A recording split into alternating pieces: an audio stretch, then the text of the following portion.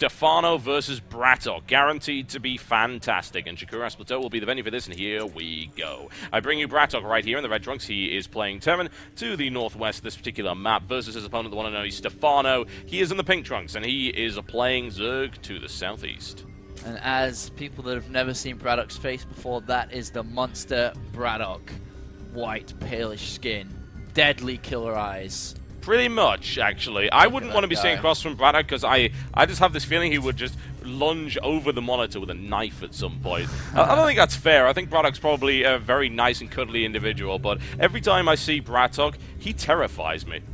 I think he terrifies everybody, and Stephano is only like a 17-year-old kid, so let's see if pressure gets to him. Let's see, sitting across from Stephano, sitting across from BratOK. But the thing is, Stephano is like the strongest Zerg versus Terran in Europe right it's now by far. ridiculously good how good he is at that. I've never seen anyone execute it that well in Europe. He's really good. So BratOK's going to have a real fight on his hands. BratOK's always been a very high-profile Terran player in Europe. He's a very popular Terran player in Europe. He does win a lot of tournaments. He wins a lot of show matches and things like that.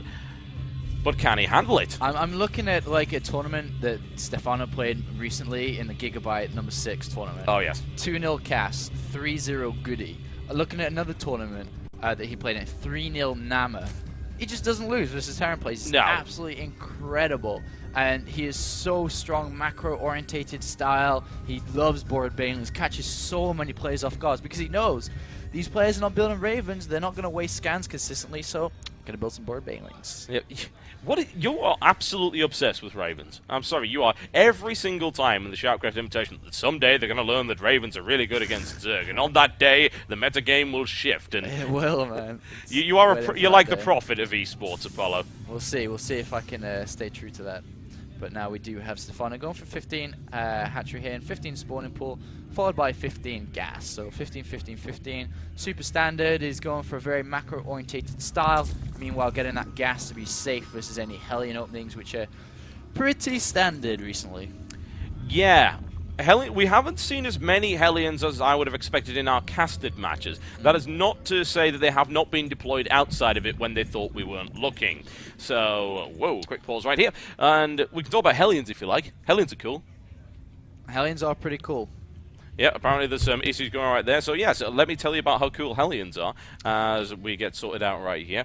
Hellions have become extremely popular thanks to Slayers and MLG, mostly, who have single-handedly shifted the metagame in favor of burning everything. Yeah, and pretty much React to Hellion is literally the opening for every single matchup right now. And it's almost needed against Zerg, to be honest. I mean, I was talking a little bit with Mora earlier, and I said, well, why don't people 2-racks? It's still viable, but on some maps, because they're so big and so on, that Marines just take so long to get there, SCVs and so on. And it's a lot easier to get the same efficiency from Hellions than it is to go 2-racks. So we've seen a lot more. And if you get, you know, kind of lucky, you could say, if Hellions do get in, you can do so much damage over and over and over. Oh, yes.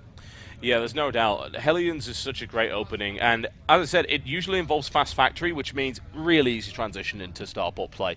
Very easy, a lot of flexibility. It's like it's an adaptation of the 1-1-1 build, which has, of course, been a classic since beta, and gives you that Swiss Army knife where you can go in a whole bunch of different directions. Whereas the 2-racks opening, it's a little bit one-dimensional, and it's been done for so long that it's been defended for so long as well. So it's less cool, I think, at the moment. This is the cool. Well, it is. It's less cool. It's old and tired. Nobody cares about 2-racks anymore. I mean, really. You know, when was the last time you heard anyone talking about 2-racks build? Oh, that I'm pretty amazing sure we're going to 2-racks see build. Nada do a 2-racks today. Well, Korean style, sure. isn't it? The thing I think about 2-racks in Korea is that it's just done like no other 2-racks play is. So it's easy to get excited about a Korean 2-racks, perhaps not so much a foreigner 2-racks. And for people that are looking at it in the screen now, you see Imba BratOK. That's actually his new team. He joined recently along with Strelic. Imba FX Open. Oh, yes. He left his previous team. And it looks like this game is ready to go. And obviously we see the factory, surprise, surprise, come down here. And I wouldn't be surprised if that does follow up by a reactor. It's completely standard. He's going to have the gas right about now.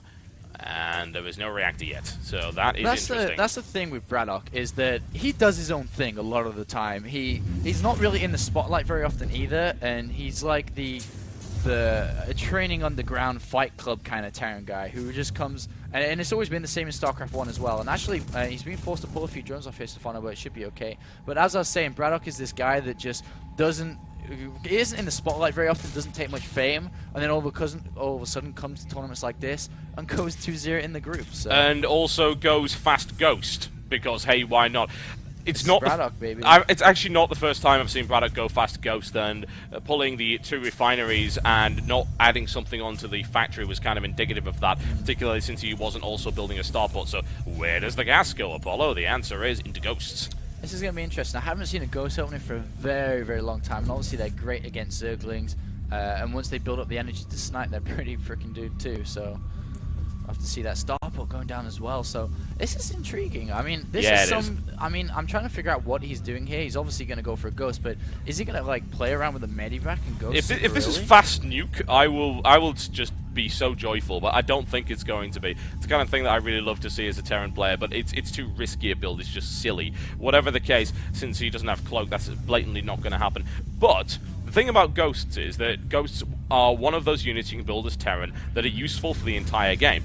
And you can start off by doing some reasonable DPS, say, to a mineral line. You can use snipe to pick off a few drones and then medevac out of that and things like that. So it's still a pretty cool build, and I like it an awful lot. He's going to follow it up with a second ghost as well. And his gas count's never really getting high enough to pick up...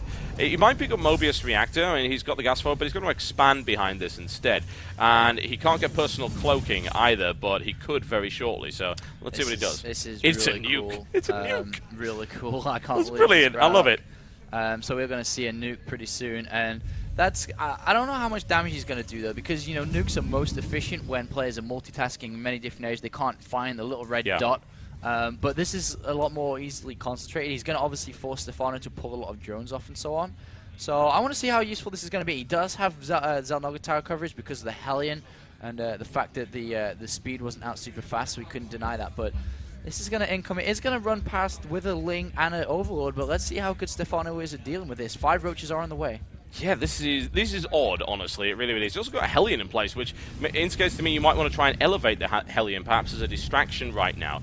But I would like to know what he's planning on doing this. Oh, he's going to abuse this. This is the same thing as you do with the siege tank. He's abusing the fact that early game, Zerg can't actually do damage to this, and he's now distracting with the other ghost, so that this is going to end up landing on the mineral line. Unfortunately, there's nothing there, but it's kind of neat nonetheless.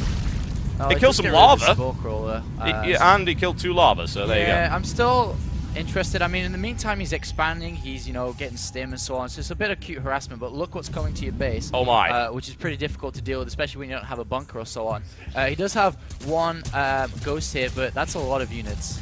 Yeah, it is, and if he repairs this with a second ghost, this is actually going to take this down pretty well, so he doesn't have to worry about it at all. And BratOK's been doing some ridiculous micro with his ghosts in the base up until that point. I'm kind of disappointed that the nuke didn't do much damage, but it did force Stephano to pull everything off mining, so it's not too bad. But here come the roaches, and these are going to tear down these supply depots very fast. Oh, yes.